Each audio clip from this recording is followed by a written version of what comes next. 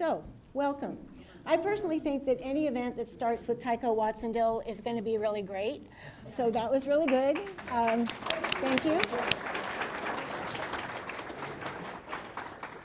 All right, let me introduce myself. My name is Carol Heitzig, and right now I am here in representing the Friends of the Watsonville Public Library. I am the president, but I have a long history with the city of Watsonville. I am also the former library director.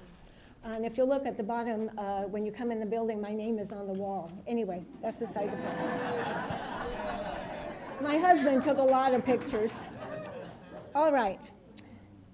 This afternoon, we are here for a celebration of life, a tribute to Mas Hashimoto, a man who I know was loved and revered by everyone in this room.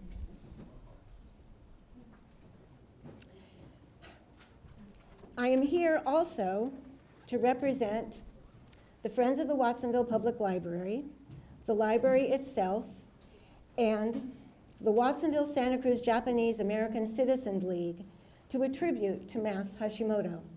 This special event is being held to honor and commemorate the legacy of our beloved teacher, activist, and community leader. To begin our program, I would like to introduce Shirley Flores Munoz, the Vice President of the Friends of the Library organization. Shirley?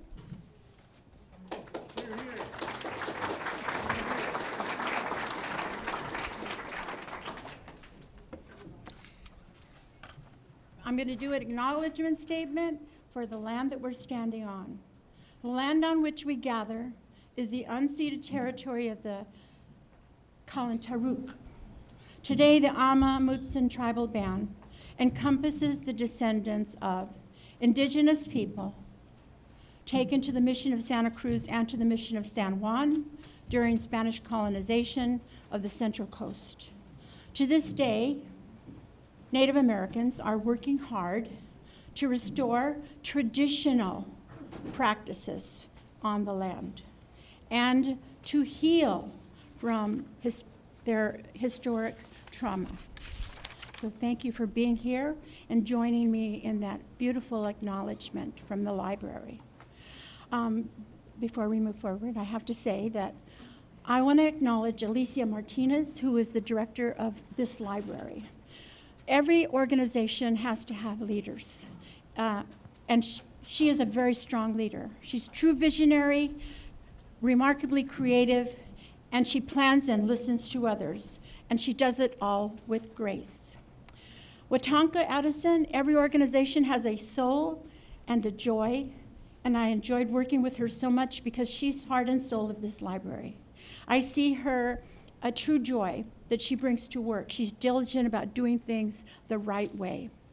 And finally, Marcia. For everything that Mas accomplished, Marcia was always standing right there next to him. And not behind him, but next to him. And I want to acknowledge her leadership in this whole process and their lives together. She has a tremendous focus in detail. She's a great writer, and she does not stop until every rock is turned to make sure that the program is perfect. And I have to tell you, today's event, the speakers, flowers, taiko, was all Marcia's idea. She was the creative genius behind our afternoon today.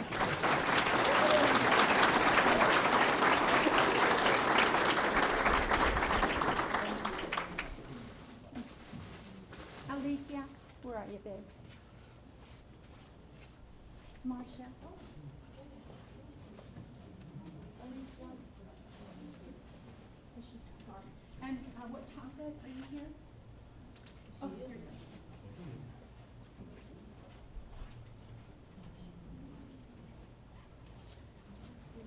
Thank you, Carolyn. Thank you.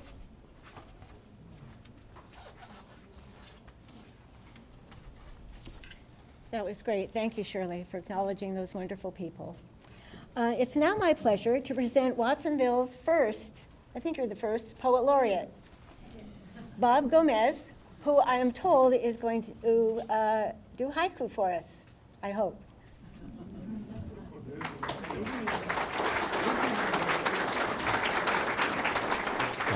Well, it's in the program, so I better. Okay. Thank you, Carol. Yes. I shared a friendship with Moss and with Marcia for many, many years. I first met Moss in 1990 when I started working at Watsonville High School. And we share a love of history, a fascination with history, a love of writing and song. This is my haiku for Moss.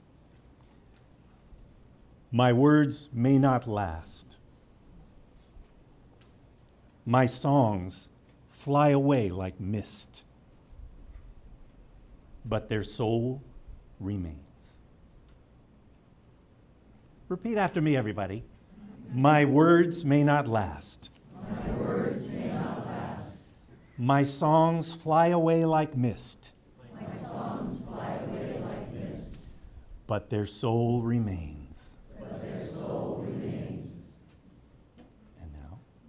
And now in Japanese.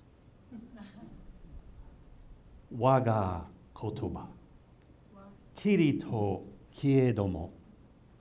Towa no nen. Thank you, Marcia. Thank you, Moss. I think we're ahead of schedule. Do we have time for a really quick story?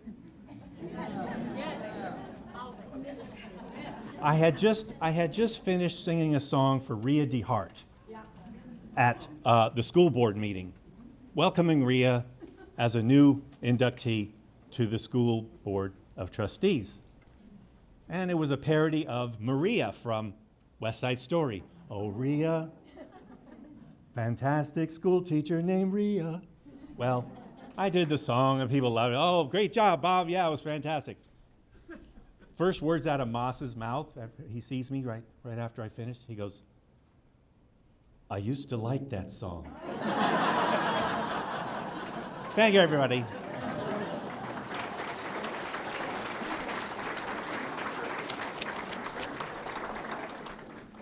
Now you know why he's the Poet Laureate of Watsonville. Thank you so much, Bob. I got teared up with that, so thank you. Okay. I don't know if all of you should know that, but Moss did a TED Talk, and you're going to get to see it. So I would like to present Susan Tatsui Darcy, founder of Merit Educational Consultants, who will give some opening remarks about the TED Talk.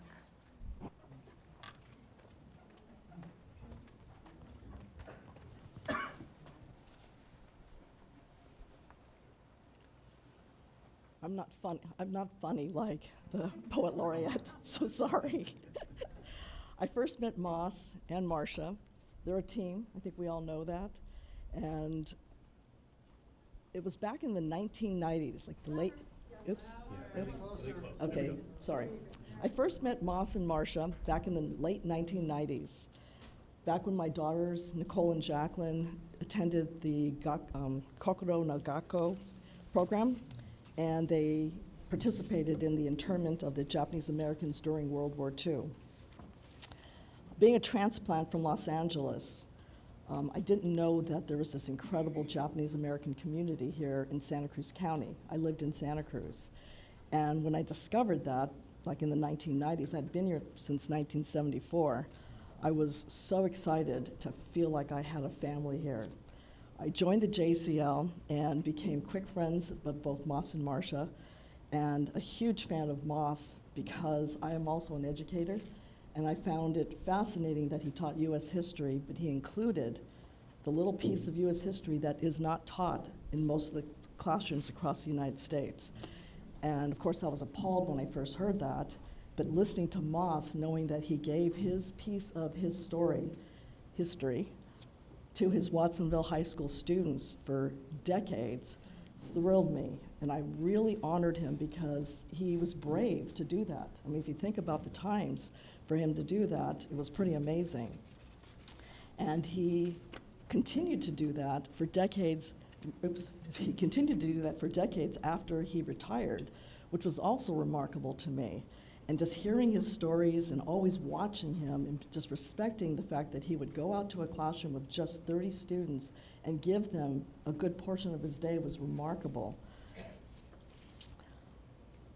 As time went on, I realized that Moss was getting older and that his story was not being captured, kind of like in your poem. You know, it's in your soul. Well, if the souls around don't have that, then who's going to learn from all of this? And are we going to lose Moss's story?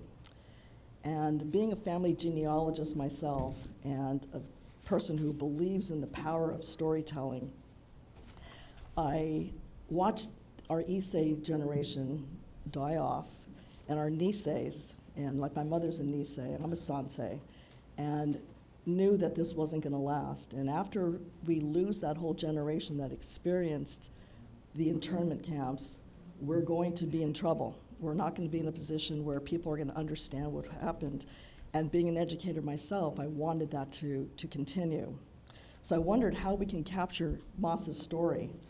And in 2017, I organized the first TEDx Merit Academy event. I owned Merit Academy. It's a private school in SoCal.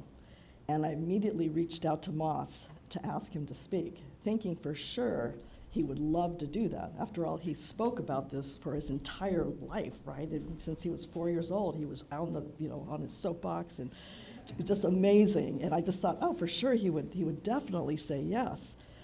And I emailed him, and he didn't respond. And Moss always responded to my emails quickly, but he didn't respond for 2 weeks. And I didn't know if maybe he didn't get my email, but I didn't want to send another email because I wanted to be respectful of Moss.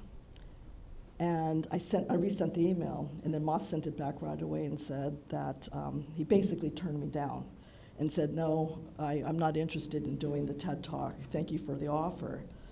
And I was blown away. I didn't know what to do because I knew that he needed to do this, but I didn't want to push him. He's older than me. You know, I'm a Japanese American. He's a teacher, and I didn't feel comfortable standing up to him. But I wanted to reach out to Marcia, but I thought that was inappropriate, so I didn't do that. And I didn't want to push him out of his comfort zone, but I didn't understand what the comfort zone was and why he didn't want to do this. So I spent a couple weeks rewriting an email over and over again, and I decided I needed to do something that I do really well, which is be pleasantly persistent. So I wanted to be nice, but not give him a choice. And I didn't know how to do that because Moss is stubborn. You know, if Moss doesn't want to do something, he's not going to do it, and I knew that. But I knew that if I didn't push, that I would regret that. Being here today, I would regret that I didn't force him to do this. And I knew that it would become part of his legacy, even though he wasn't looking at it that way because he was not egocentric. So I sent out that email, and I don't know what happened, but I'm pretty sure it was Marcia. Because I think that she probably read all the emails that I was sending to Mark, because he's probably thinking, Susan's bothering me, look what she wrote again. And for some reason, he agreed to do it, so I was thrilled.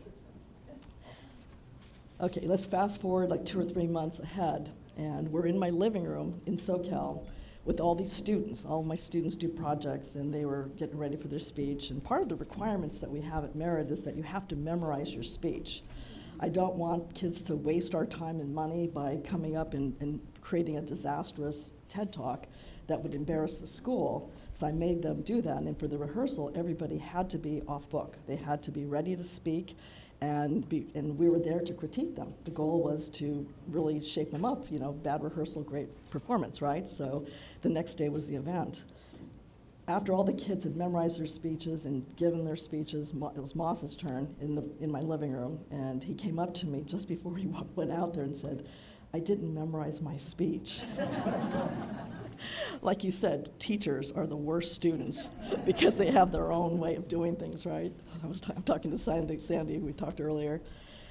And I didn't know what to say because my job is to encourage people, not to discourage them as they're ready to go on stage or the day before an event. I knew that I couldn't say, oh my God, boss, you didn't memorize it. So I said, don't worry, it'll be fine. But as I said that, I'm thinking, oh my goodness, is he gonna be able to do this because he hadn't memorized his speech? But he told me, like I'm doing right now, that he had flashcards. And I said, oh, good. And he walked into the living room and he delivered an amazing speech. It was actually better than the speech that you're going to see today. It was so powerful that my students stood up and applauded him, and he taught them the art of storytelling. He told them what they needed to do with their eyes and their voice, and when they should pause, when they should add humor to make their speeches more impactful, which they did. They did that the next day, and it was amazing. So the next day, we were at the Rio Theater in Santa Cruz, where we gave our TED Talks, and when it was Moss's turn to go up on stage, I set him up with his mic and reassured him and got him all set, and he was very calm. He had his cards and he was ready. I said, "You ready?" And he said, "Yeah." And he stood at the base of the stairs and he climbed up the 5 steps to get to the top of the Rio Theater stage and walked over to the red carpet, which is, the symbol for TED, and he delivered an amazing speech. You're going to see that today. And as he stood there, he held his card. And that's his identification tag, which set the whole tone for his speech, that he had a number. He was a number at 4 years old in a concentration camp, which is what it was, and delivered something that I am so proud of him, because this is something that he's going to live on forever in history, because TED goes forever. He's had 250,000 views on TED so far, and it's only been 6 years. And they're not pushing it. It's people who are organically looking and hearing and recommending. And my hope is that every 11th grade student in the United States watches Moss's talk, and I'm going to do everything in my power to make sure that it gets into schools where it becomes part of the curriculum, because this is a piece of history that I'm so grateful that Moss agreed to do. And I also really appreciate Marcia, because I know she was behind that.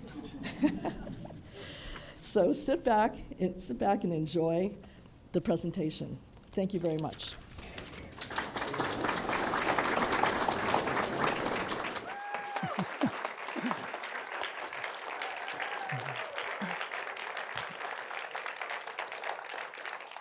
How many of you are familiar with the Japanese American incarceration?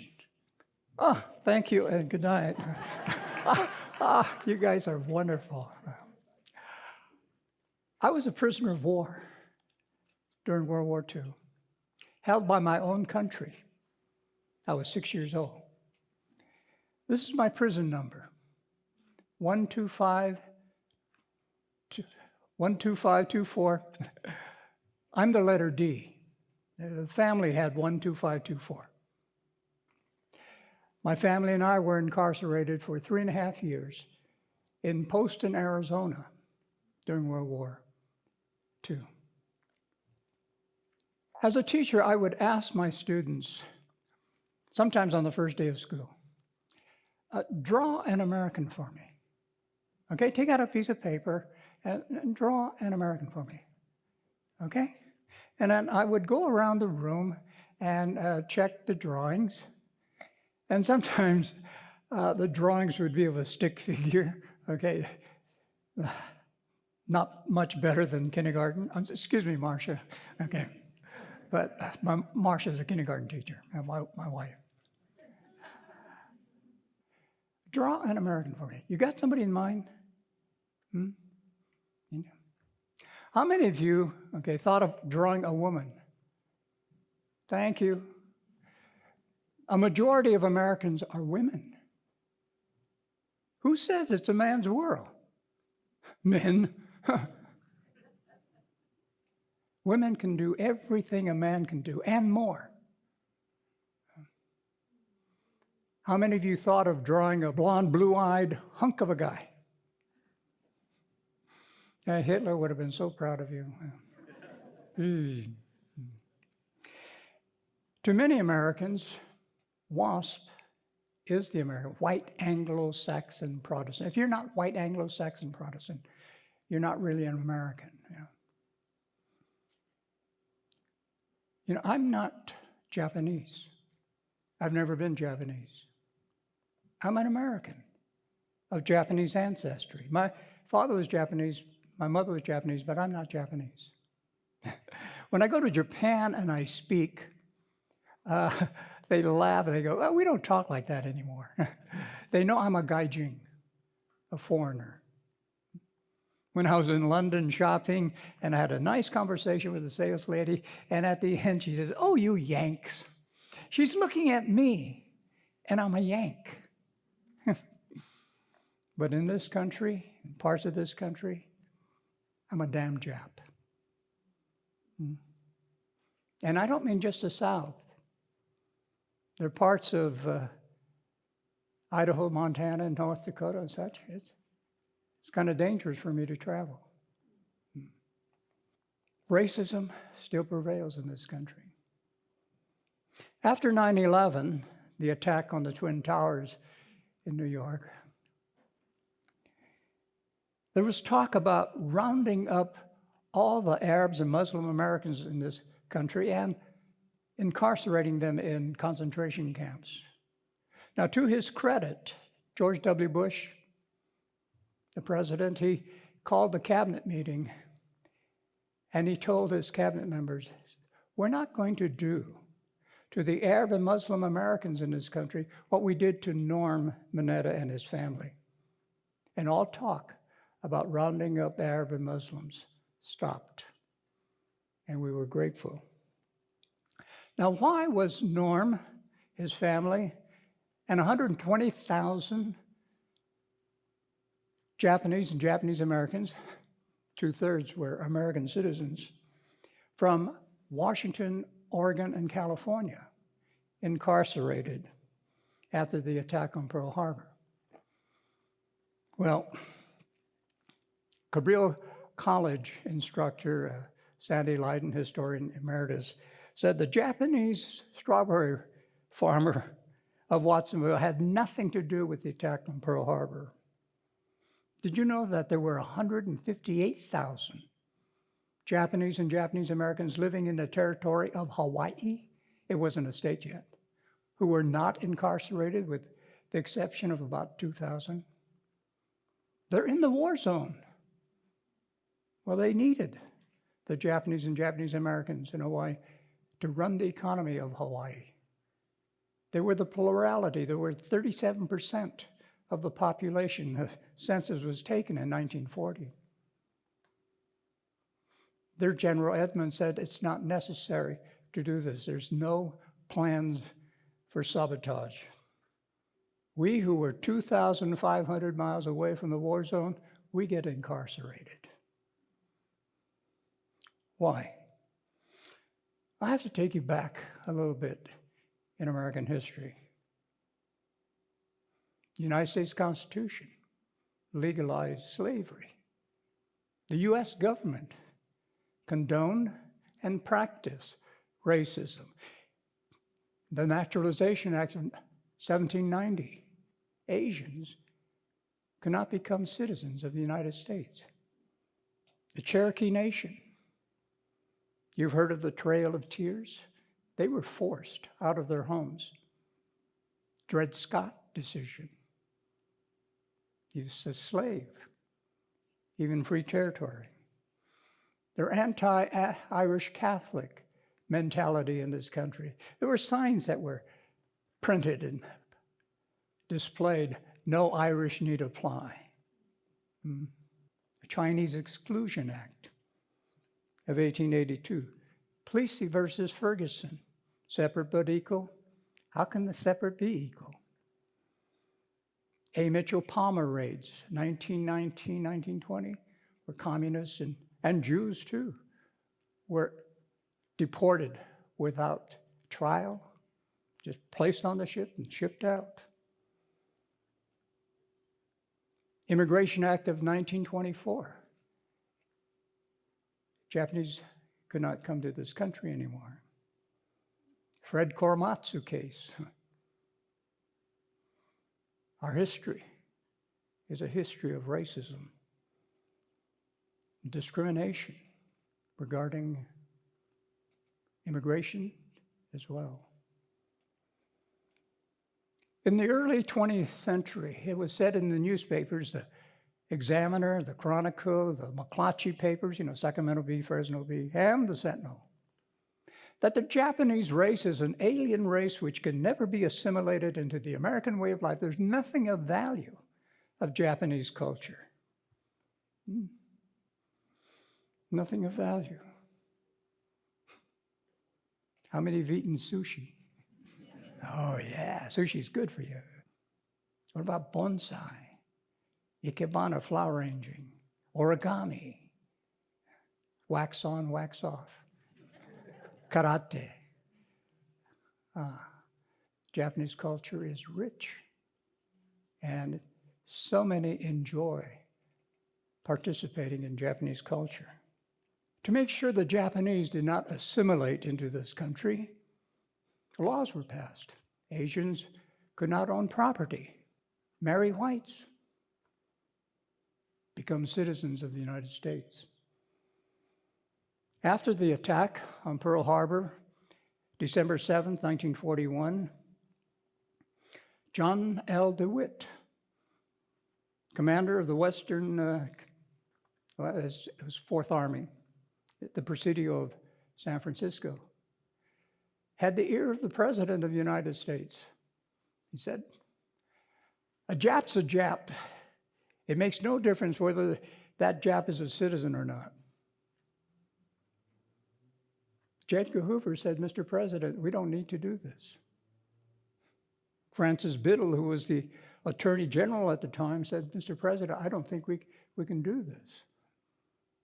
There were no lawsuits filed on our behalf.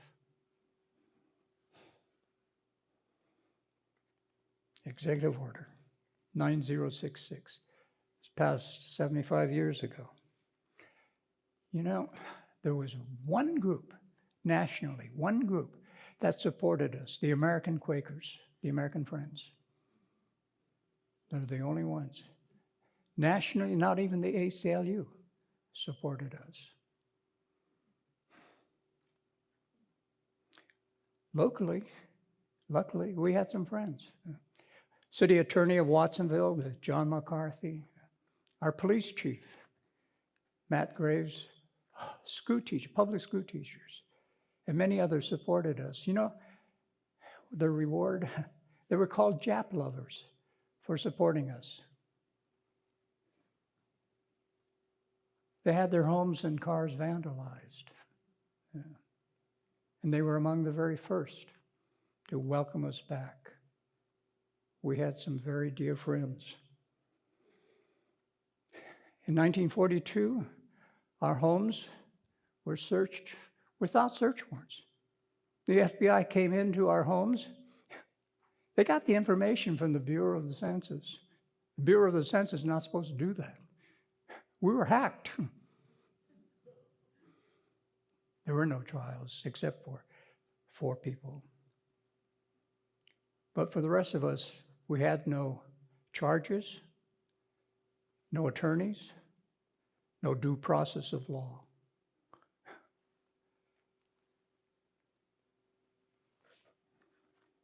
This, the Constitution of the United States, ceased to exist for us.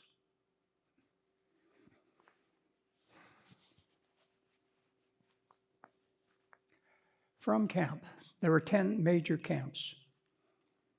And from camps, our men and women volunteered to serve in the United States Armed Forces.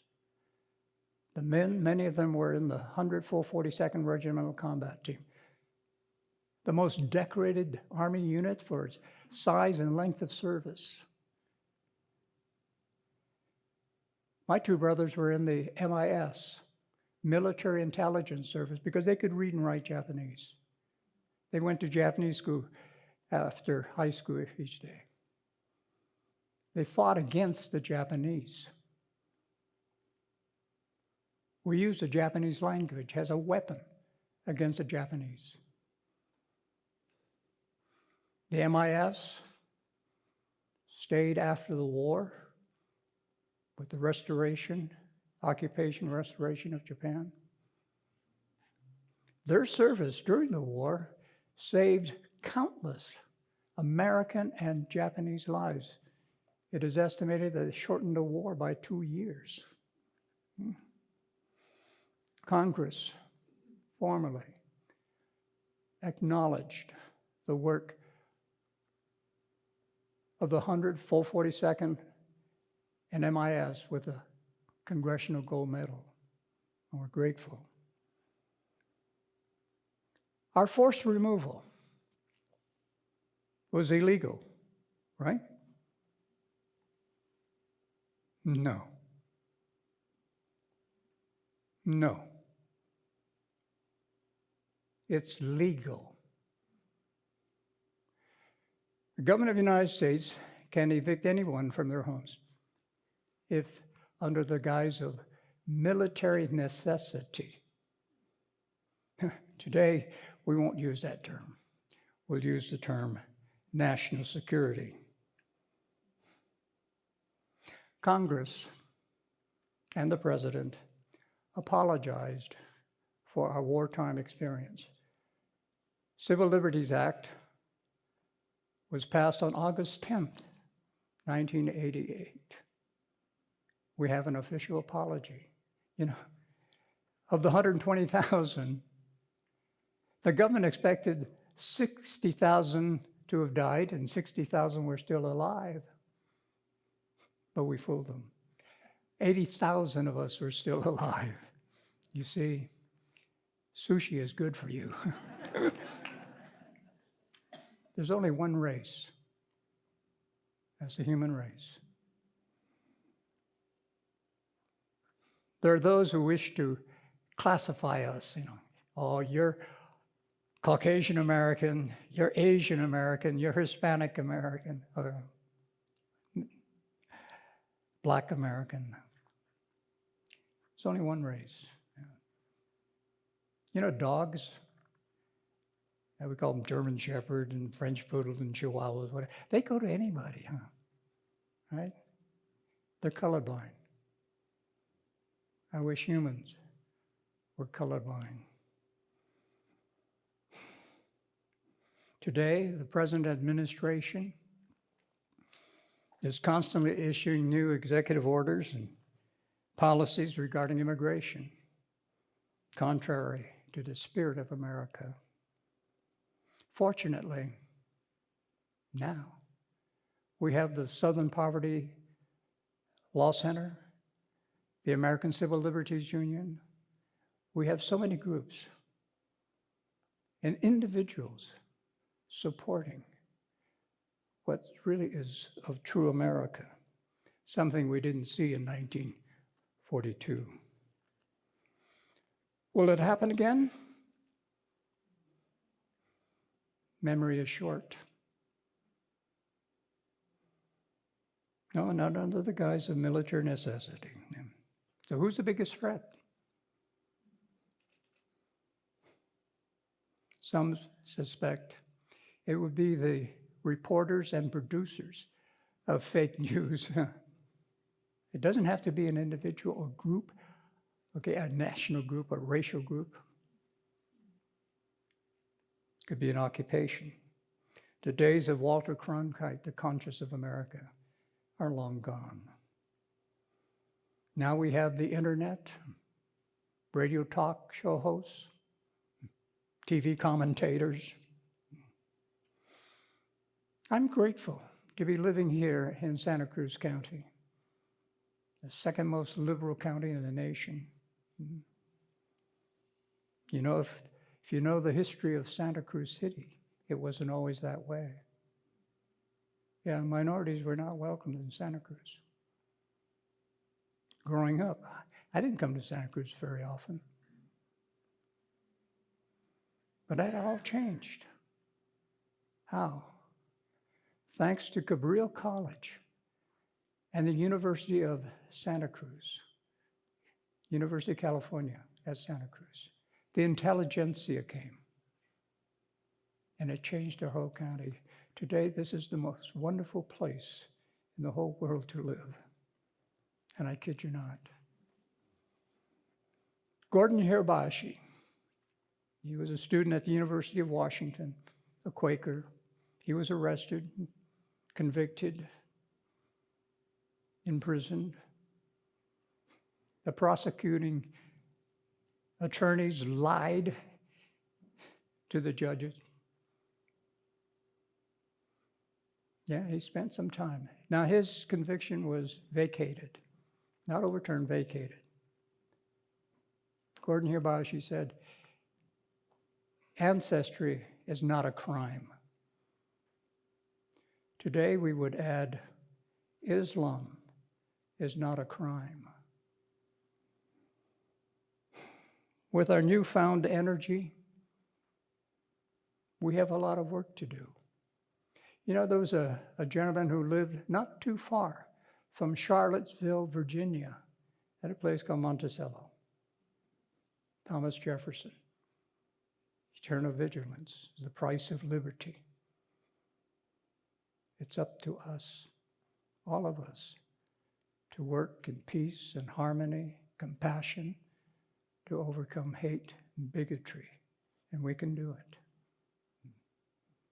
Thank you. Okay. Now, a man who certainly probably doesn't need an introduction, but I'll do it anyway. Historian emeritus of currently still called Cabrillo College, and the author of many Asian American history publications, and a good friend of Mas Hashimoto, Sandy Leiden.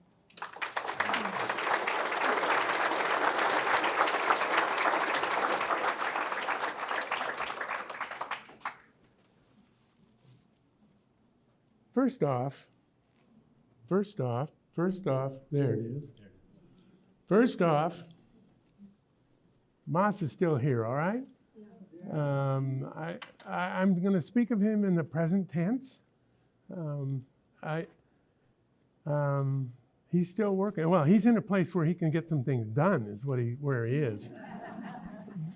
The weather today, I'm going to credit him for that.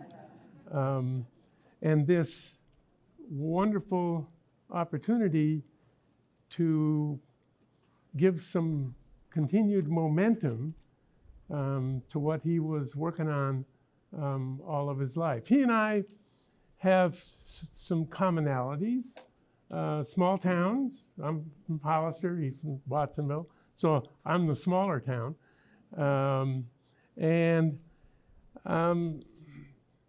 An interest in history. We're both teachers. Teachers is capitalized, thank you very much. If realtors can capitalize realtors.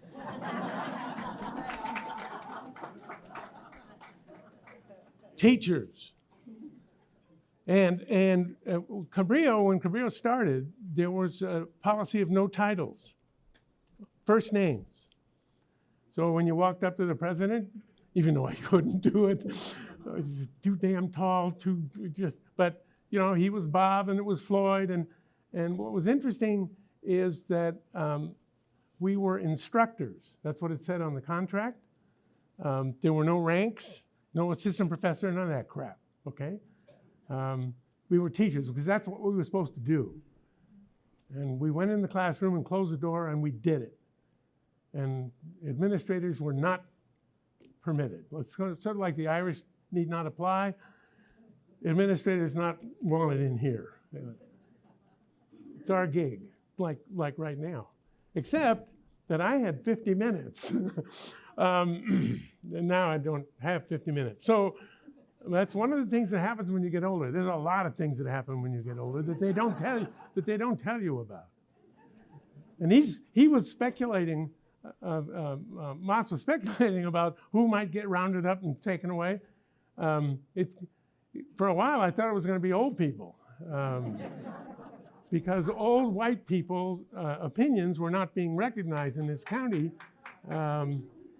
about a particular institution. And I have to say, before I start mouthing off, that Cabrillo was instrumental.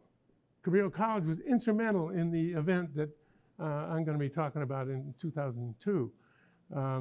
Just by the fact of where it was located. The Watsonville-Santa is right at the head of Beach Street, right there.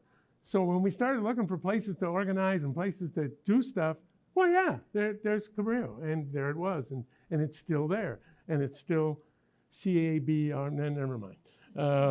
Okay. So my concern here is that, first of all, I came to this by a different way than Moss. Moss lived it, right? For me, it was a subject. For him, it was us. For me, it was them. When he began to talk about the imprisonment and the concentration camps, and yes, indeed, I'm going to use euphemism has made this a very difficult subject for people to understand. They went to jail. They were prisoners. All right? They were concentration camps. The government even used that term during it. Finally, with some negotiations with the Jewish Anti-Defamation League, there was some agreement about if you qualified it and said North American concentration camp or American concentration camp, then we could use the term. It was an interesting little dance there, and I think an instructive one. It was a good one. Okay, so as Marcia, who, and I have to point out, we also had something else in common, Moss and I. We were born in the 30s. That's 1930s. And we were lucky enough to have partners that were beautiful and younger. That's my, and my partner at the moment has the clock. Would you like, can you hold it up? Where, oh, you moved. You can't do that. You moved. You were over there, and now you're over there, because you know I can't see very well. Okay, so there's the clock, which I can't see very well. She'll hold it up. It makes her feel better. Good try. So I came to the subject through haiku poetry. I was a jock at UC Davis. I played baseball all my life, and I'm now paying for it, by the way. My right shoulder, I'm going to the orthopedic people in a couple of weeks. Throwing curveballs is what finally ended up doing it. But I went to Davis, and I was a jock, and I was a history major, but I was kind of, And I was in the bookstore one day, and I saw this stack of books called Peter Pauper Press. And they sold books for $1. And I thought, and they were skinny. And I thought, God, a skinny book for $1. What might that be? And they were haiku poems translated into English. And I bought it, and then I started to read it. And I had to read it under the covers because my roommate, no one would understand what a guy reading poems? Who are you? Okay, so it introduced me to Japanese culture sideways. And eventually my life ended up taking me through Japan, a serious losing struggle with the Japanese language, coming back and ending up at Cabrillo teaching Japanese history, among other things. And so Mas and I are working in, I have no idea what that says. The lighting behind you makes it 2 minutes gone, okay. So, all depends on how you look at it. So, it'll take more than the two of you to do anything about this. Because Mas is on my side, I know he is. And remember that. So here, I'll honor this. Okay, 2002, actually it was in 2000, Mas made the decision. Mas was approached by the library to put up another photo exhibit for February 19th for, the Day of Remembrance that the Japanese community does every year. And he said, nah, I'm tired of exhibits. Why don't we just, and he was thinking about this, why don't we just reenact the whole thing right here in town? And I said, as I am prone to when people come up with crazy ideas, I said, you're nuts. What? Reenact? This is a painful period. He says, yeah, it was painful for us, but let's make it painful for them. All right? So we thought, okay, Watsonville hasn't changed that much. Beach Street looks pretty much the way it still does. And so we could use Beach Street, which was the street that it went down, and the, Betts Hall is still there, and the high school, and yada yada. We had Mallow Hall, which you didn't have in 1942, but there we go. So it was like, and then let's march. We'll have the community march down the street just like they did, and then we'll take them into the Mellow Center, and we'll tell them. And I said, what are we going to tell them? Again, we're going to tell them, and between the two of us, we said, no, let's tell them about the people who did the right thing. Let's model the behavior we want. Let's give them some examples of people who did stand up. Mr. McCarthy, people that were already recognized here. Yeah, people who did it in spite of all the reasons, all the courage that it took to do that. Of course, it didn't work, but that didn't matter.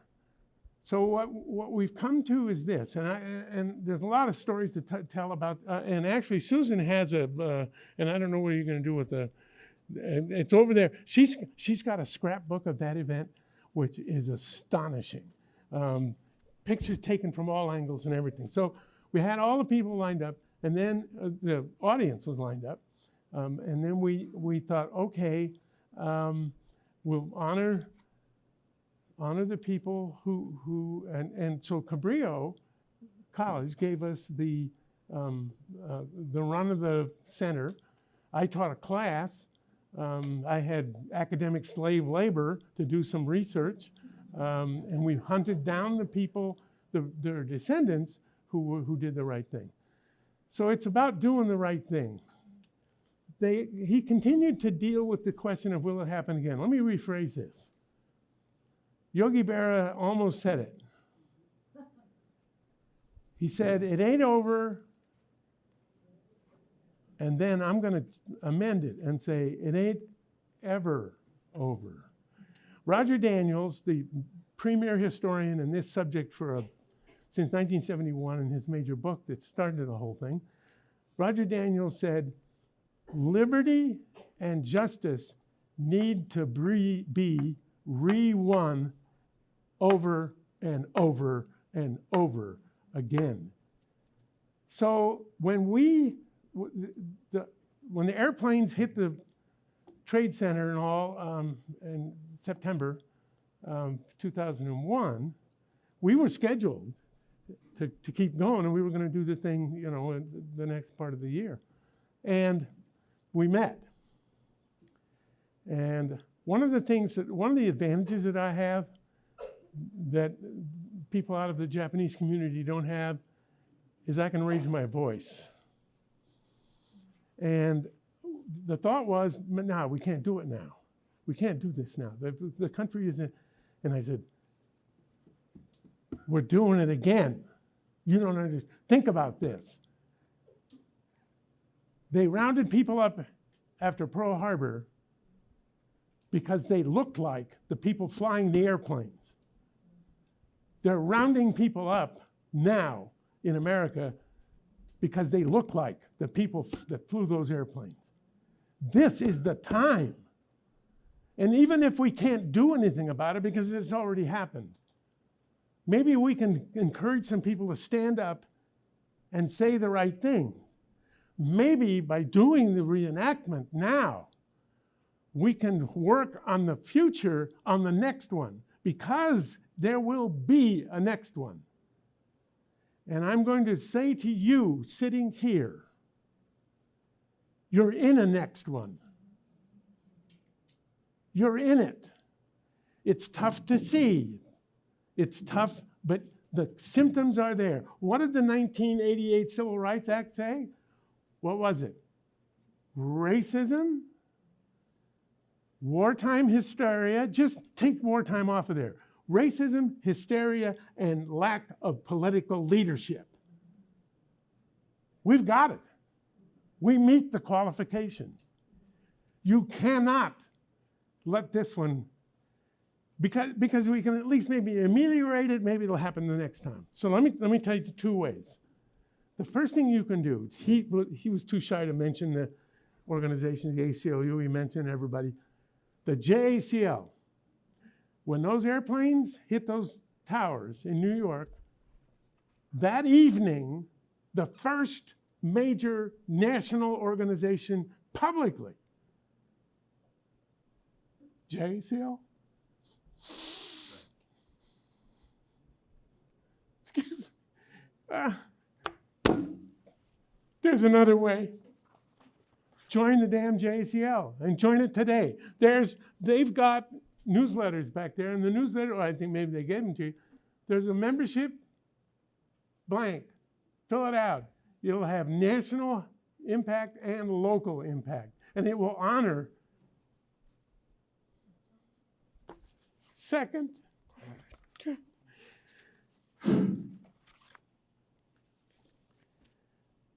there's a stamp, a United States Postal Service stamp. I have a sheet here. It's a first-class stamp. Moss worked.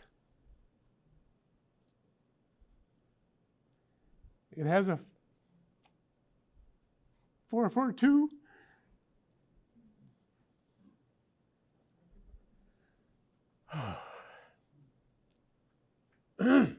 Give me a chance. I gotta finish this. I gotta tell you about what you need to do with this. Oh, unless you pay your damn bills online. I don't know why you would go do that. Because right now, while you're sitting in this room, they're rummaging through your bank account, all right? Because you gave them their number. Duh. Okay. Okay. This is known as the Go for Broke, the Go for Broke stamp. Go for Broke was their motto. And it came out a couple years ago, and Moss was very involved in it. And I didn't understand the power of this. No, you don't. The JCL doesn't get any money if you buy them. No, none of that. But every time you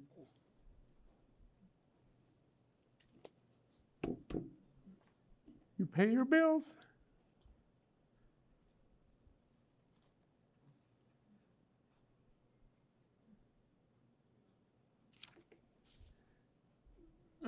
there are 500 sheets available today.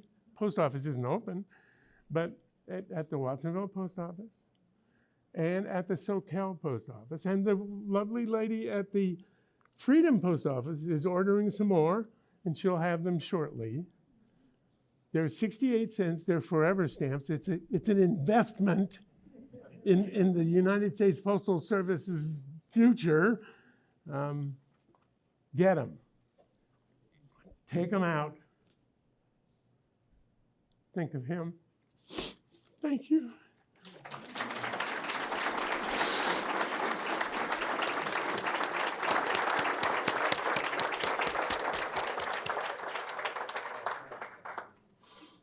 It's wonderful to hear an outstanding educator talk about another outstanding educator. And it was well worth the extra time, Sandy. So thank you. Okay. Are we all dry all your tears? Okay. It is now my pleasure to introduce Brad Hubbard, the Vice President of the Watsonville High School Foundation, who will speak about the foundation and Moss's support as a founding member. Mr. Hubbard?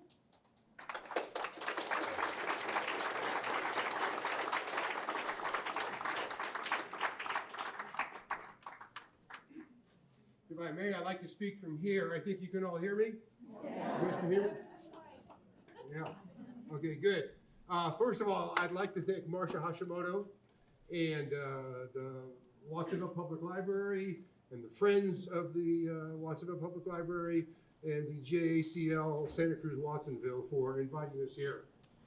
It's a great occasion, and we're happy and proud to be part of it. Yes, give them their due. You'll notice as I speak about Moss and his influence on the foundation and other organizations, this underlying theme of offering opportunities, especially to young people, and getting them involved. And he did a great job of both, and we're all the better for it. I'm not supposed to be speaking today. It was supposed to be our president, Jerry Ann Solano Simmons. She's out of town, but we did communicate, and she wanted to pass on a few things, if I can do that. The first thing is that she was a freshman in Mas Hashimoto's history class years ago, and thought he was an excellent teacher, not surprisingly, and that he taught her about thoroughness and specifics and attention to detail. And she was very appreciative of that. Secondly, she mentioned what Mr. Lydon just talked about, the newsletter of the JACL. Because the foundation also has a newsletter, but nothing like what they have. And Boss would, from time to time, would email the newsletter out so that the foundation could read it. And it was like, what, Marcia, 30 to 35 pages? My Lord. Yeah, you know. And in fact, when Jerry Ann gets back, we're going to start working on another one. But we don't do that. So kudos to them. And thirdly, she was Jerry Ann was a longtime member of the Pajaro Valley Historical Association, and Moss and Marcia got involved there. And Marcia was a great member, and he gave them some documents that she listed as priceless, and was very, very impressed with that. So thank you for that. Couple of things the foundation, well, there's a lot of things that we do, but our two biggest interests or objectives are the Hall of Fame, which is coming up in May of this year, and the grants that we give to student groups to allow them to do things outside the classroom, to create more opportunities. And you'll see Mas Hashimoto in both of those. If you look at the Hall of Fame, Moss was inducted in 1992. We've been doing it for a long time, and there's lots of deserving, impressive individuals. But there's a wide range of people that are on that Hall of Fame. You have teachers, you have administrators, you have politicians, elected officials, you have athletes, musicians, successful business people, on and on and on. And over the years, these people have gotten up and spoken to our kids about their success and what they owe to Watsonville High School. And there's so much that they don't share in common, but there is that they do. The hard work, the focus, the attention to detail, the work ethic, all that stuff these kids hear repeatedly from people who have succeeded in different aspects. And so that's the one thing. If you look at some of the grants that we've given over the years, we've given grants to the science department and the science club, allowing kids to go to Monterey Bay Aquarium or to buy the lab equipment that they need, or maybe they got an organization to come and to bring live specimens so that our kids, many of our kids, have not been to the aquarium. Well, that was an example of the aquarium coming to us. We do a great job of funding after-school music. There is no music in Watsonville High School anymore, or there is, but very limited. Well, Paul Seymour, who's our one of our guys there, he overlooks the after-school music, and kids are staying and playing music. We supply the art department. We help the FFA build their greenhouse. We have supplied the PE department with equipment and also heart monitors so that the kids learn stuff, why they're exercising, why they're doing what they do. One year we gave the English department some money so they could give books to kids. In fact, that's going on right now at Watsonville High School in the cafeteria. They're doing a big book giveaway, and it's really great for kids. I'm not speaking against libraries. Libraries are great, but to be able to take a book home with their name in it. And so we did that. And so these things come up constantly, and it all started with people like Mas Hashimoto, his foresight and his direction to get us started and to push us in the right direction so that we continue to do these things. So we're going to meet in the next couple of months or so and we will give more grants, and those grants will go out and support these kids, and that's the work of Mas Hashimoto. He is still delivering, and we are very grateful for that. That's all I have. Thank you.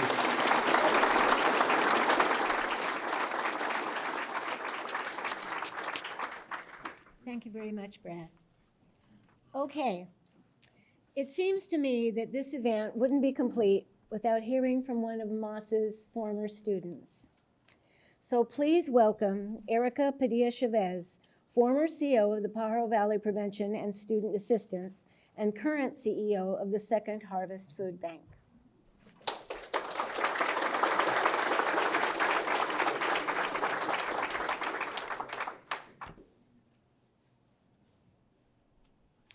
Well, Marcia, I'm so honored that you sought to have me speak, especially in a room full of colleagues that I know. The story I'm about to share, they have their own stories of Moss. So I'm emotional because of what I'm going to share with you today. I am the first US-born daughter of 2 Mexican immigrants who came to Watsonville in the 60s. My words today about Moss stem from my experience as an American-born child raised by immigrants here in Watsonville. And of course, as a student of his. As I reflect about Mr. Hashimoto, and by the way, it took me a while to be able to say Moss, and his impact in my life and that of our community, I can't help but to thank the Creator for allowing our lives to intersect. Because without a doubt, Moss's presence in my life influenced key decisions. Like, for example, coming back home and serving as your director of your food bank. I was raised by amazing parents who, like many of our current parents and immigrant community members, held 2 to 3 jobs to make ends meet. But I'm so grateful that even though they were so busy trying to provide for us, I always saw them finding time to give back. My parents are in their 80s, Camarino and Teresa Padilla, and sometimes you still see them giving back. And I speak about them because I want you to know how Moss came to complement my life against the backdrop of these amazing immigrant parents that raised me. And despite them being wonderful parents who shared nothing but love and safety for me and my sisters, we never really spoke about social justice or racism at home. Mainly because as immigrants, they were so grateful to be in a country that could give us, their daughters, an opportunity. And I remember growing in a home where my parents would constantly remind us that despite our shortcomings, we were lucky to live in America. So it's fair to say that up until high school, I had a rather shallow view of this thing called American society. And I really didn't know the why or how it functioned. I just knew I was in it. And I remember being in the 2nd grade and recognizing for the first time that I was a little different from most of my peers. See, I was raised speaking Spanish. So although I was born here, English was not my first language. And so I remember aiming to speak English and having a bit of an accent. Every once in a while, it still comes up. And in my middle school years, you know, those formative years where you become very curious, I remember just being very inquisitive as to why people would look at me a certain way or why my parents would get a certain type of reaction when they would speak. I kind of remember feeling otherized. But you know, that didn't hurt or affect me, probably because my parents did such a beautiful job in making me feel loved exactly the way I was, exactly the way my sisters were. I did, however, discover I remember this pivotal moment. My mother, one of the many jobs she had was being a seamstress. She actually was the known seamstress for the Notre Dame Sisters. And I remember her sewing one of the sisters' skirts. And remember, I'm already curious about wanting to understand how they deal with being addressed the way they were addressed oftentimes. And I said to my mom, "You need to tell me, Mom, how that makes you feel, because I saw how that cashier looked at you and what she said to you." And my mother said to me, "Mija," so it's a form of endearing of daughter, "I never told you this, but in the 1950s, I left Mexico because your grandmother became a widow, and I was the eldest of 12. And I came to work in Compton. And I saw the ugly side of America. If you remember at that time, there were a lot of riots, namely due to white Americans trying to preserve their neighborhoods. And she said, and that's the last I'm going to tell you of that. And I remember just seeing her pain. My mother saw and lived through things as an immigrant. And I realized that's why we don't talk about it. It's too painful. And it was in high school that Matt Moss came into my life and provided me with the context of understanding. It was in his class that I learned about the details of that ugly part of our country. How, in fact, foundationally, otherizing was absolutely the way of America. But you know what? I have to tell you very personally, when Ma shared his story about what happened to him and to his family and to so many Japanese friends and family members of his, that was the very first time that I, the first US-born child of immigrants, felt connected to a leader of this country. The very first time that I felt as though what I was experiencing and what I was witnessing my family experiencing was recognizable in the eyes of this important person in my life who was my teacher.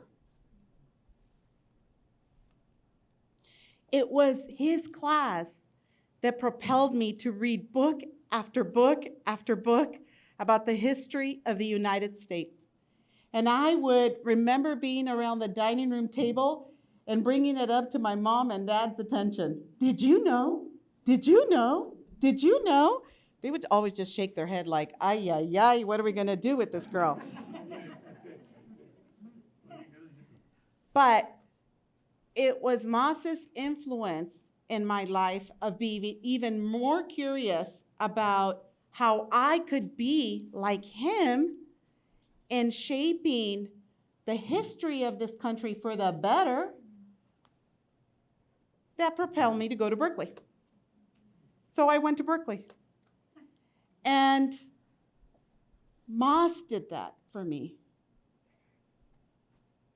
first daughter of immigrants to go to college because I knew I wanted to be like Mr. Hashimoto. I wanted to help construct an America that was better and more just and more fair for everybody. Today, I get to serve as the CEO of Second Harvest Food Bank, which, by the way, is the first food bank in the state of California, second in the nation, in case you didn't know that. Woohoo! And why I got so emotional at the beginning of this is because I know I'm seeing Jimmy Dutra here. I saw friends from high school here earlier. I'm not alone in this story. I know that Moss shaped and molded all of us and propelled us to make key decisions in our lives that are now putting us in positions where we can help rectify, right? Rectify the errors of our nation. And so it was a true pleasure for me back in 2021 when I was working as a CEO of Pajaro Valley Prevention and Student Assistance to honor Moss with a Lifetime Achievement Award. And we acknowledge his commitment to advancement of justice, and really a justice so that all children in our beautiful county could grow up to be feeling loved and embraced. That's really what it boils down to. So to Moss, I want to thank him for just everything, for being Moss. And I know that the way I can best honor Moss is to think about every decision or indecision that I choose to make. As Sandy just said, I think we're in the middle of something here. And we need to channel Moss. What would he do? Thank you so much, and thank you, Marcia.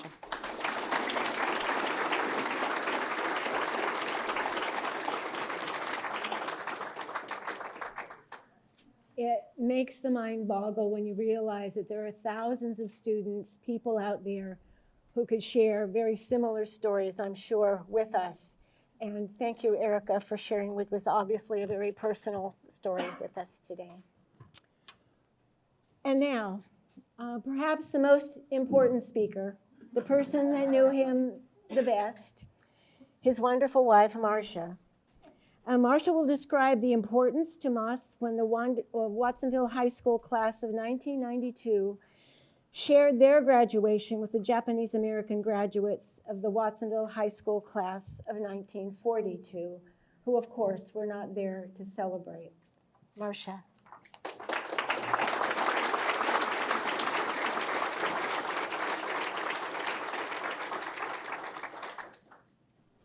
If you cannot hear me, can you raise your hand, please? Okay, we're okay. All right. Welcome, family and friends, and a special welcome to Moss's boyhood friend and classmate, Kyo Kawasaki.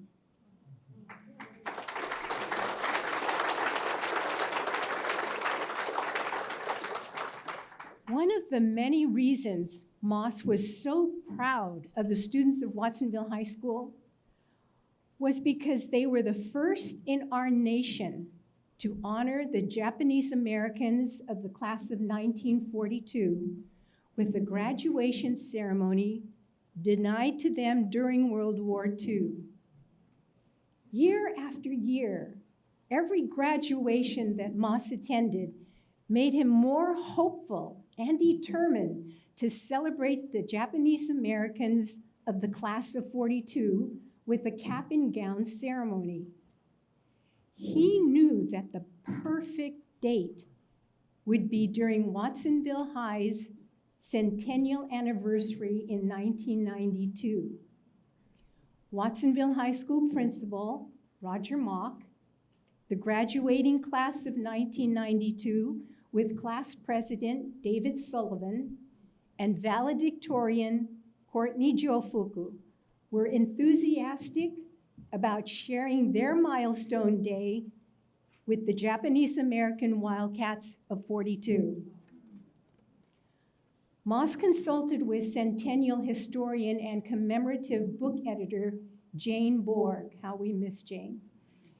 And with our Watsonville-Santa Cruz Japanese American Citizens League as a major sponsor, plans moved forward, which included JCL members organizing a beautiful reception for the Japanese American graduates and their families.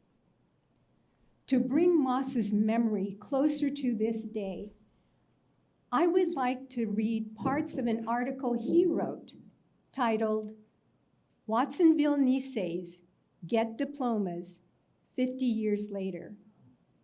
And Nisei means second generation and first to be born in the United States as American citizens.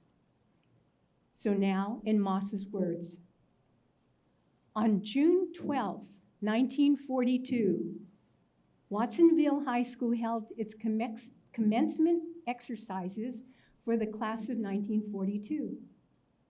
Conspicuously absent were the 47 Nisei seniors, more than 25% of the class, who, along with 120,000 Japanese and Japanese Americans, were incarcerated in relocation centers because of Executive Order 9066, signed by President Franklin Roosevelt in February 19, 1942. Most of the Nisei graduates were incarcerated at the Salinas Assembly Center, located at the Rodale grounds, and later taken to Poston, Arizona. On June 19th, 30 Nisei Watsonville High School students received a small outdoor graduation ceremony.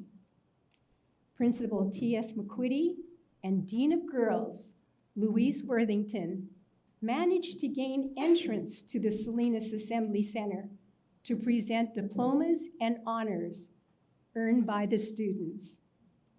The students did not graduate with cap and gowns. Interestingly, as part of the program, the Star-Spangled Banner and God Bless America were sung. For while their government had turned their backs on them, they did not lose faith in America. 17 Nisei graduates never received public recognition, and 4 never received their diplomas, which had been sent by mail. Exactly 50 years later, on June 12, 1992, 13 of the 47 graduates, dressed in blue and white gowns because that was their class colors, marched in the procession along with the class of 1992, who were dressed in black and gold gowns, caps and gowns. Speeches of congratulations to the class of 42 and 92 were given by Roger Mock, David Sullivan, and Courtney Jofuku. And Courtney's valedictorian presentation was titled, Tomorrow. Gilbert Mello, vice president of the class of 42, recalled the days when war hysteria gripped the nation and the irresponsibility of California's then Attorney General, Earl Warren. State Senator Henry Mello of the class of 41 stated that the internment of the Japanese Americans was, quote, the greatest attack on the Constitution of our country that has ever taken place, unquote.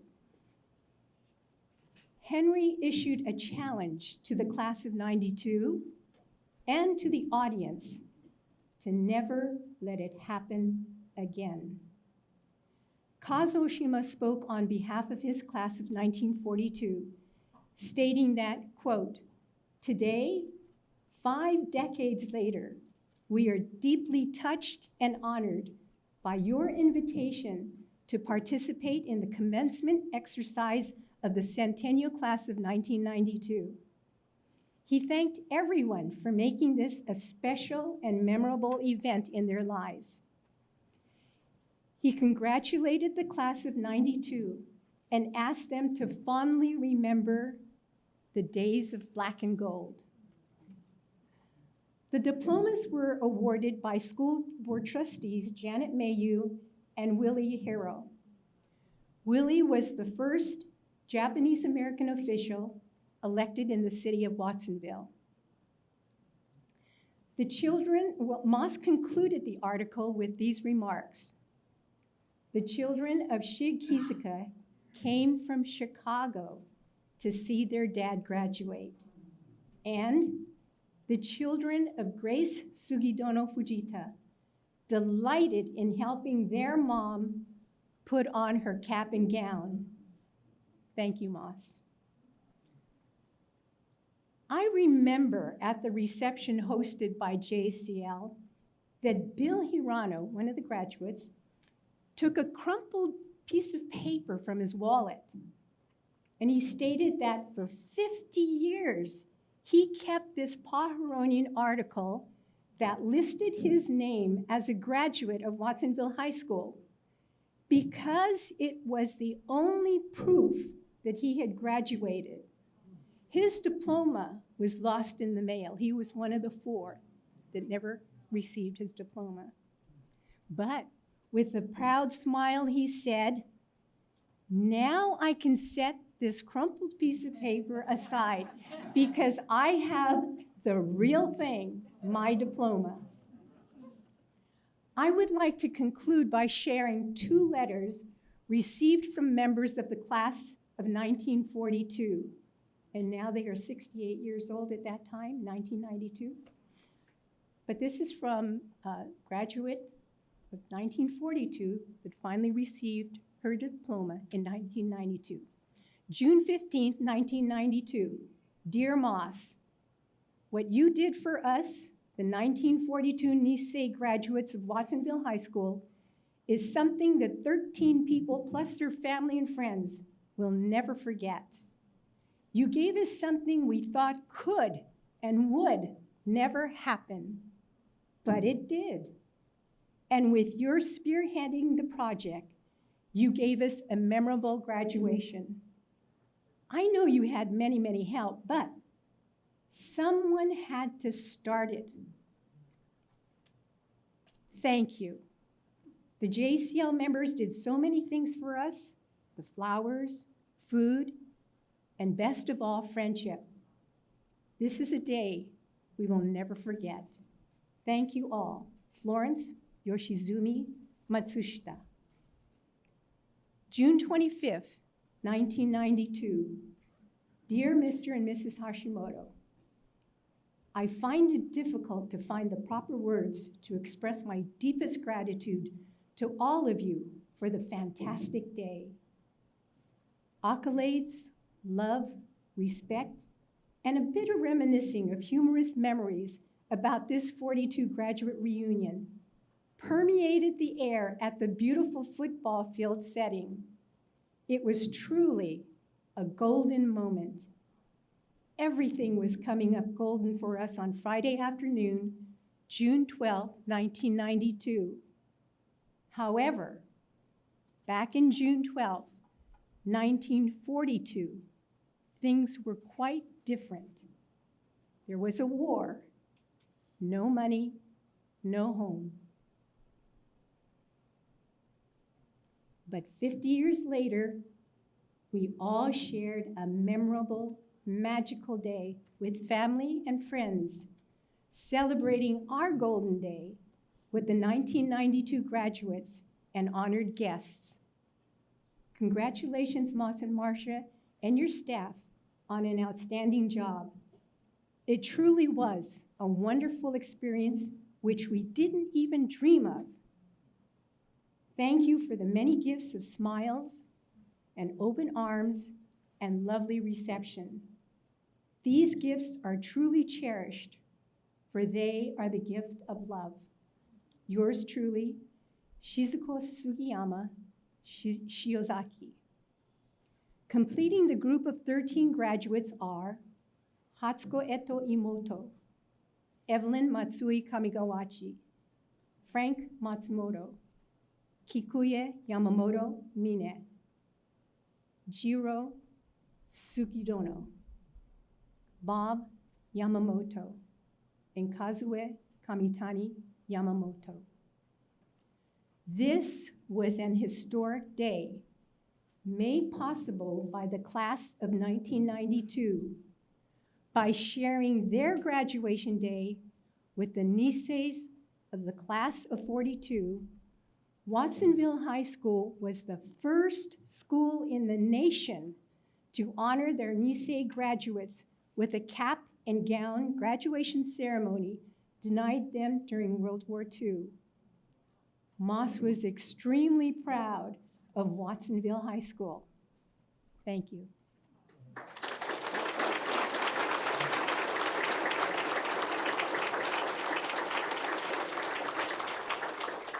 Now, at this time, I'm going to segue right into my words of appreciation. Today's celebration of life tribute to Moss highlights friends and projects that help define Moss as an educator, civil and human rights activist, and community leader.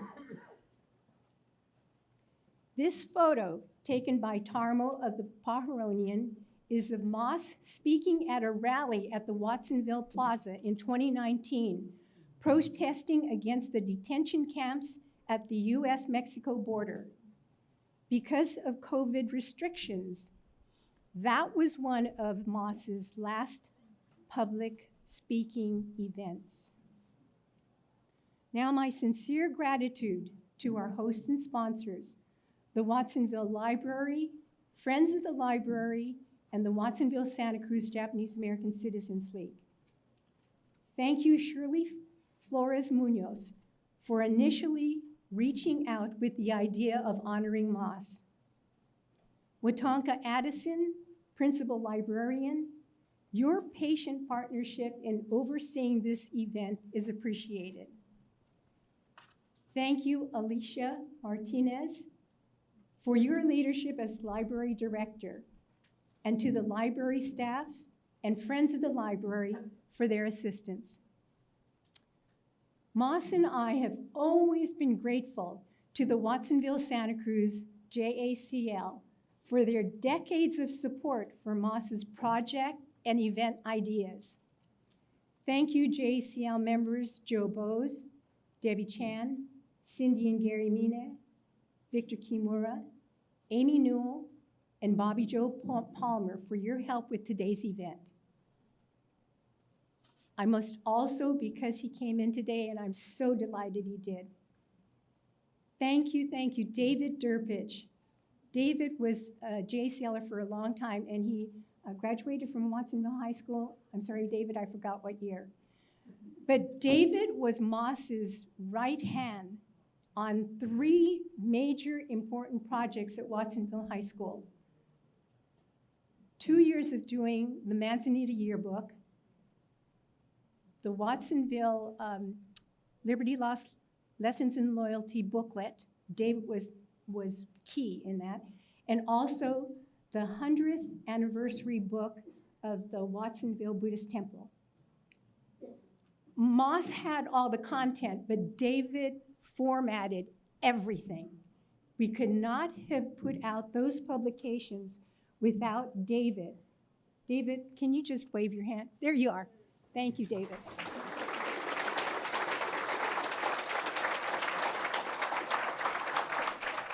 Just a little side story, and David, I don't know if you knew this. Moss would tell me, you know, we've got to change this in the book, or we've got to do this in the booklet. And so when he would ask David, David said, nope, we're keeping it just as it is. So then that night, Moss would say, Marcia, you approach David. He'll do anything for you. So the next day, or when the next meeting that we had, I would say to David, and I wouldn't say the Moss asked, I would just say, David, you know, we really have to change this and put this over here and whatever. As soon as I finished what I was saying, it was done. And David said, all right, what's next? So thank you, David. Now, special appreciation to our friends for their presentations that made this tribute to Moss possible. Watsonville Taiko, thank you for your performance with creative director Ikuyo Konat. That was an exuberant performance, and Moss would be keeping beat to the rhythm, just as we all did. Thank you, Carol Heitzig, for moving the program along smoothly. Thank you, Carol. And to Shirley for honoring the people of this sacred site. And we can hold our applause until I'm finished. To our friend Bob Gomez, Watsonville's Poet Laureate, the poetic artistry of your haiku in memory of Moss was absolutely beautiful. Thank you. Dear Susan Tatsui DRC, thank goodness for your insight and in persuading Moss to film his introduction of racism and America's concentration camps. The reason why he hesitated to give the presentation of TED Talk, he's so glad he did though, but he had to do that talk in 15 minutes. He went over 4 minutes. It's actually 9 minutes, 19 minutes. And he, yeah, there you go. And he never worked with notes. He had a 90-minute presentation to the schools and to the community. And he said to me, how am I going to condense 90 minutes into 15 minutes? I can't do that. And so I said, well, I always work with notes. So he worked night after night after night after night after night, condensing 90 minutes into 15, which became 19 minutes. But thank you, Susan, for persuading him to do that. Because now, as you can see, he's forever with us. Yeah, and it's really important what he had said. Yeah, thank you. And getting over 200,000 viewers, because he's also on TED Talk and YouTube. Thank you, Sandy Lydon, for always being there for Moss. Whenever Moss had an idea for a project, the first person he would call was his enthusiastic friend, Sandy. If Sandy was all in, then the Hashimoto Lydon team would be off and running. With George Au Jr., a positively major supporter and true friend.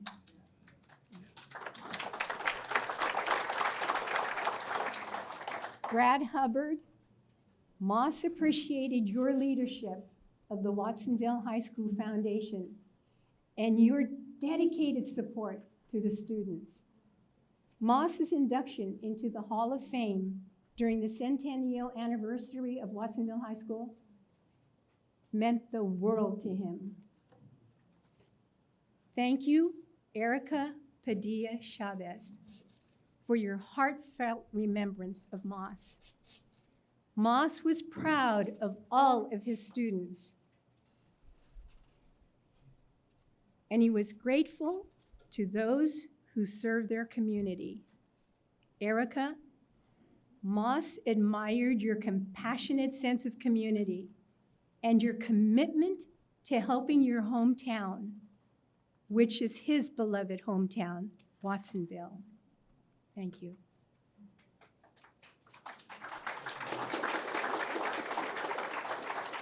We appreciate the filming of this event by Digital Nest with CEO Jacob Martinez, video production manager Genevieve Rico, client specialist Monica Cabrero, video production specialist Jordan. And I still can't pronounce your last names, I'm just gonna say Jordan. Thank you.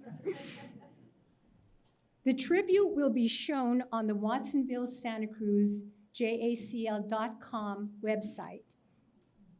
And you can also see on our website the reenactment, Liberty Lost Lessons in Loyalty.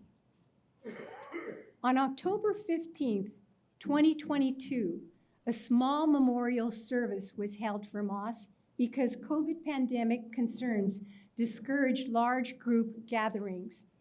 I would like to acknowledge Moss's former students and family members who participated and shared with sincere remembrance at that service. Thank you, Kenny Kusumoto, Tad Kato, Victor Kimura, Dr. Ricardo Romero, Catherine Tobin, whose remembrance was read by Marilyn Hyde, Nick Channer, nephew, class of 97, and Linda Hashimoto, our niece from Minnesota. At Pajaro Valley Memorial Park, our dear friend and retired Army Lieutenant Colonel Harry Wiggins arranged for a solemnly dignified flag-folding ceremony and playing of taps to honor the military services of Moss and his brothers. Tadashi, class of 1938, and Tsuyoshi, class of 1940, served with the Army's Military Intelligence Service during World War II. Mitz, class of 1950, served with the Navy as a medical corpsman during the Korean War. Moss, class of 1953, served with the Army in the top secret chemical section at the Presidio of San Francisco during peacetime. Thank you, Harry, for this incredible honor. At the entry of this hall, a table is set with photos of Moss and his brothers in uniform and an encased American flag. All of the beautiful floral arrangements are gifts from Catherine Tobin, Evan Wallach, Tracy Jofuku, Heather Litoma Brown, and Ryoko Kosugi of Flowers by Toshi. Through the years, Moss and I were excited about each and every couple and family that moved to Vivian Drive. Nearly all are Watsonville High School alumni, and we are a neighborhood family. Thank you, Tom and Virginia Avila, Dan and Jean Johnson, Dorina Ragsack, and Greg Cabrielis, Lee and Michelle Stewart. And I would like to add my sister and brother-in-law, Debbie and Thomas Chan. All of your thoughtful care continues to be comforting support. And Tom Avila, thank you for being our lifeline. On behalf of the Watsonville Library, Friends of the Library, and the Watsonville-Santa Cruz JCL, and yours truly, thank you, family, friends, and Watsonville High School alumni, for your supportive condolences, sincere remembrances, and your presence at today's celebration of life tribute to Moss. Moss's physical presence is missed, but his positive energy is forever with us. He had a kindness about him and gratitude for life and for the loving support of family and friends. Moss will be remembered for his dedicated civic service and for his civil and human rights activism, reminding us that there's only one race, the human race. Thank you, and onward. Thank you so much. We have one additional event that was added late to the program, and we do have a presentation. So if you will please bring up the plaque. Hold on, stay in your seats.